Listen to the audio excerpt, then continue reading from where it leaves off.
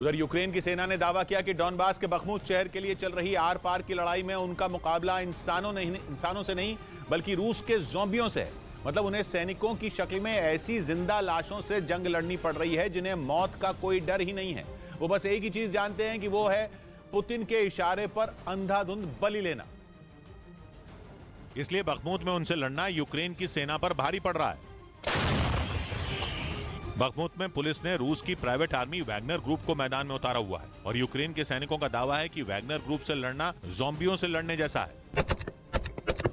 फिल्मों और कहानियों में ज़ॉम्बी वो किरदार होता है जो असल में मर चुका होता है, लेकिन उसमें जादू टोना करके जान फूकी जाती है और फिर उससे मनमाफिक हर शैतानी काम कराया जाता है।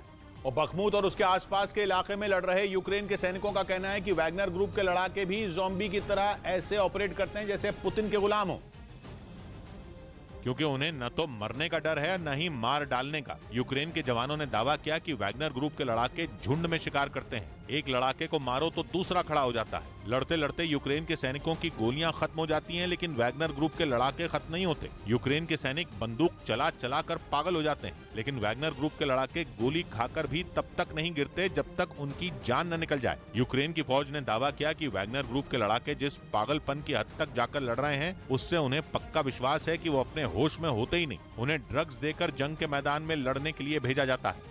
इधर हाथरस कांड के बाद हिंसा फैलाने और देशद्रोह के आरोप में गिरफ्तार किए गए पत्रकार सिद्दीक कप्पन जेल से बाहर आ गए। यूपी पुलिस ने उन्हें 2.5 साल पहले गिरफ्तार किया था और सुप्रीम कोर्ट से जमानत मिलने के बाद वो करीब 27 महीने बाद जेल से रिहा हो गए। पत्रकार सिद्दीक कप्पन को 5 अक्टूबर साल 2020 को मथुरा टोल प्लाजा से PFI यानी पॉपुलर फ्रंट ऑफ इंडिया से जुड़े होने और हिंसा फैलाने के आरोप में गिरफ्तार किया गया था। इस बीच यूक्रेन के राष्ट्रपति ज़ेलेंस्की को आशंका है कि पुतिन की फौज जल्द ही पूर्वी यूक्रेन पर बड़े हमले की तैयारी में है। ज़ेलेंस्की के मुताबिक जंग को 1 साल पूरा होने वाला है, इसलिए पुतिन 24 फरवरी को बड़ा हमला कर सकते हैं। और उनका यह भी मानना है कि यह अब तक का सबसे बड़ा हमला होगा जो कि पूर्वी यूक्रेन में हो सकता है। इसीलिए ज़ेलेंस्की ने यूक्रेन के पूर्वी हिस्से में रह रहे लोगों को कहा है कि वो जितना जल्दी हो सके इलाके को खाली कर दें, क्योंकि पुतिन के सैनिक कभी भी वहां हमला कर सकते हैं। पूर्वी यूक्रेन के लोगों की जान बचाने के लिए उन्हें बंकरों में ले जाए जाने की भी खबरें हैं।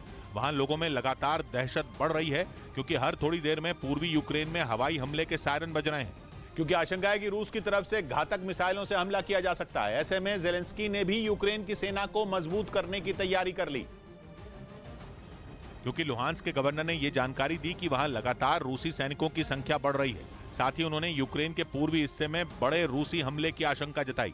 लुहांस्क के गवर्नर ने दावा किया कि रूसी सेना अपने कब्जे वाले हिस्सों के पास मौजूद घरों से लोगों को निकाल रही है ताकि वो लोग रूसी सैनिकों से जुड़ी किसी भी जानकारी को यूक्रेन के प्रशासन तक न पहुंचा सके। ऐसे में आशंका है कि जिस तेजी से रूसी सैनिकों की लुहांस्क में संख्या बढ़ रही है, पुतिन के सैनिक 24 फरवरी को यूक्रेन पर बड़ा हमला कर सकते हैं। इधर कारोबारी हफ्ते के चौथे दिन शेयर बाजार में काफी उतार चढ़ाव देखने को मिला। हालांकि बाजार बंद होते वक्त सेंसेक्स हरे निशान पर और निफ्टी लाल निशान पर बंद हुआ, लेकिन सुबह जब कारोबार शुरू हुआ तो सेंसेक्स के साथ निफ्टी में भी तेजी दिखी। कारोबार खत्म होने पर सेंसेक्स 224 अंक बढ़कर 59,932 पर बंद हुआ, जबकि निफ्टी 6 अंकों की गिरावट के साथ 17,610 पर बंद हुआ।